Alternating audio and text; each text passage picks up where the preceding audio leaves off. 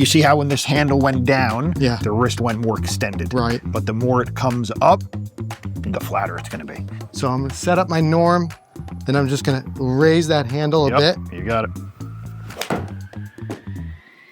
Much better. As part of your pre-shot routine, right before you take it back, you're just raising it up a little bit, pointing at the belt buckle, chest high. If you're starting from here and here, it's like, it's just too much going on to try to, too much twisting and torquing going on to try to get it. And with the speed of a longer club, especially a driver, which you said you hook more, yeah, it's gonna be tough to get that out of there. All right, wow, I just had what might be the best lesson I've ever had. And in fact, I'm so shocked at how a little change dramatically changed and improved my ball striking. I was just in there with Jason Birnbaum, who's one of the best young instructors in America, and we really looked at those hack motion numbers, and you won't believe what we found. I think a lot of you may be struggling with the same thing, so hopefully this helps you guys as much as it helped me. Check out this lesson. All right, Frank, your miss is a little bit to the left, right? And you can see that when you're hitting the ball, the club face is closed. Yeah. So at impact, when it's closed, that means the ball's gonna start left and it's gonna keep going that way. And the longer the club in your hand, the more speed, like a driver, it's gonna get even a little bit more exaggerated. You're gonna miss it more to the left. So the first thing that sticks out to me here, a couple things in the video, is that you've got a little bit too much sort of cup in the wrist here to start, right? You've got a little bit too much extension to start, which is not helping. And then you'll see when you come into impact, a really good backswing look here. But when you come into impact, it's like from about here to here, you just sort of let that angle go just a little bit too much. It's almost like it gets a little bit scoopy through the ball. Do you feel that a little bit? Yeah, flippy, scoopy. Yeah, and the guy, you can see it kind of sends the ball a little bit too much to the left quickly. Which also I got to lose power with that. Got to lose power. You're adding loft to the club. Yes, less speed's going to be down. Smash factor is going to be down because the quality of the hit is not as much.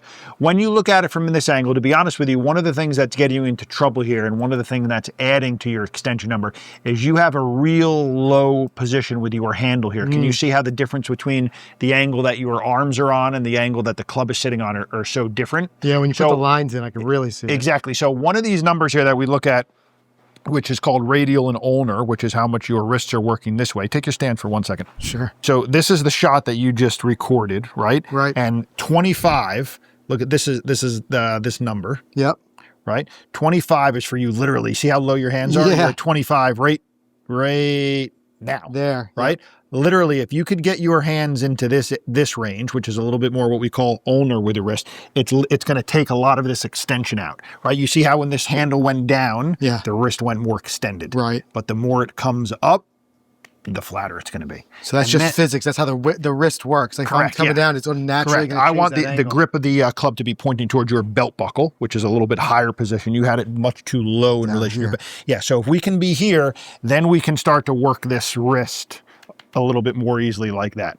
So if you set up in the right position, it'll make the rest of it It's going to be much easier to take care of the backswing. It's like everything's domino effect. Yeah. Setup's going to help with the backswing at the top's going to help with transition and into impact, right? So you're kind of making life hard on yourself by putting in that position. Again, if I use this again, and I showed you at address, so this is where I want you. Right? Look what happens to the face when the handle goes down. Yeah. Everything's going to be kind of going this way. And then if you come into impact with a little bit of that scoop, that's going to send the face a big time left. So we can take some of that out of it by being a little bit more upright and getting some of that radial out of it so that your wrists are a little bit more upright. It's almost like Bryson DeChambeau does it like times 10. He's like kind of the extreme, yeah, exactly. right? So that'd be kind of a decent visual for you. We're not trying to get that high, but that would help a little bit if you got into that. But it's such an interesting visual to me, just from raising my hands up and down, how much it's changing the face this way and this way. Correct. And people think that it's their grip change. Their grip's the same. You didn't change your hands on the club at all, but this is a much stronger grip than this one is. Just from the up and down. And but on the hack that's going to have an effect throughout the swing. Gotcha. Yeah, because I'm going to show you how. You're going to hit one more for me. I'm going to show you how that setup number is going to have an effect on the extension and flexion numbers as you swing back. Throughout. Yeah. And we're only talking about on the hack, it was only maybe 8 to 10 degree difference. Exactly. Which is a decent amount though. But Yeah. Okay. Because when I put you where you were, it's like, oh my God, I can't believe I was even that low. Right. You know what I mean? So it takes some reps for it to start to feel natural. Exactly. Your numbers, I mean, I kind of like the numbers. That shot that you just hit, you're 14 at address, 19 at the top, -5 in impact. So, you know, you're working a little bit hard through the ball there, but you're not far off from there. I kind of like those numbers. We just got to, I think it'd be a little bit more consistent with the start line, right? Because that was the one thing that showed up here so much. If you look at all these swings, you had pretty much on every shot, you had a negative face angle when you hit the ball. So it's starting a little bit left. All those golf balls are going to start a little bit too much to the left, like that one, and keep going that way. Yeah. So and then the trouble I run, like on the course, I'm hitting it left. So now I start aiming a little more right. Yeah. And now I'm just making all those things even more pronounced. Yeah. So on the backswing, take your setup for a second. Okay. Because basically, I don't want to get too crazy here with their left wrist numbers. I want to basically be in this position here where everything's kind of what I'd call neutral, right? So this would be extremely bowed or flexed.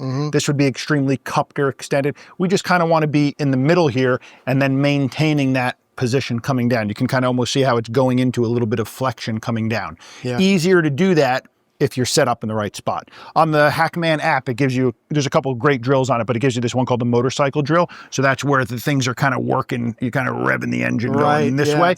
Easier to do that starting from this position as opposed to a position where you're so low and have too much angle in there to address. But we're not chasing Dustin Johnson. No. We're just right in that level. Exactly. Okay. Happy medium. Got it. But I think that sort of Bryson thought process and address will help you. So just get the... so it's just here and we're just raising that handle up a bit. Yeah, which actually going to get you feeling taller, right? Your chest is going to be higher. You're going to feel like you're in a little bit more of a athletic position as opposed to a hunched position when the handle's down. Got it. So start there and not changing anything else with my swing for now, just the setup. Yep. I got it. Okay. And I want you to do, the last thing you do before you hit it is just raise the handle. Get into your normal setup and then just raise up a little bit so the grip end's pointing more towards your belt buckle. Yep. And then go. Yeah, that actually should be pretty straight ball flight. Yeah, look at it. So that one had a little bit too much curve, but you see the position of the face angle to dress. You added a little bit too much path on that one, but that's a little bit more what we're looking for with the start line. It didn't start left that time. Yep. So I'm going to set up my norm, then I'm just going to raise that handle a bit. You got it.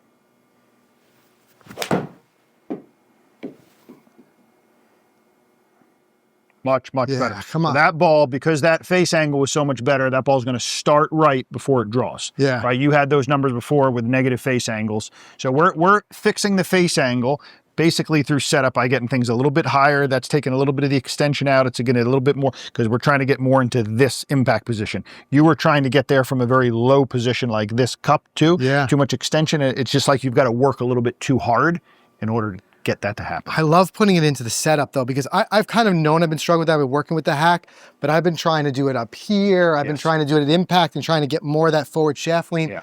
Here, I'm not thinking about that. I'm just raising the handle before I go. Yeah. More the simpler we can get it, the better. Simple is better, yeah. And for anyone, it's like you mentioned, you struggle with a little bit of a hook miss. For anyone who's hooking the ball, that angle at address will take some hook out of it. All right, so everything else the same. Set up. Raise the handle. Real good.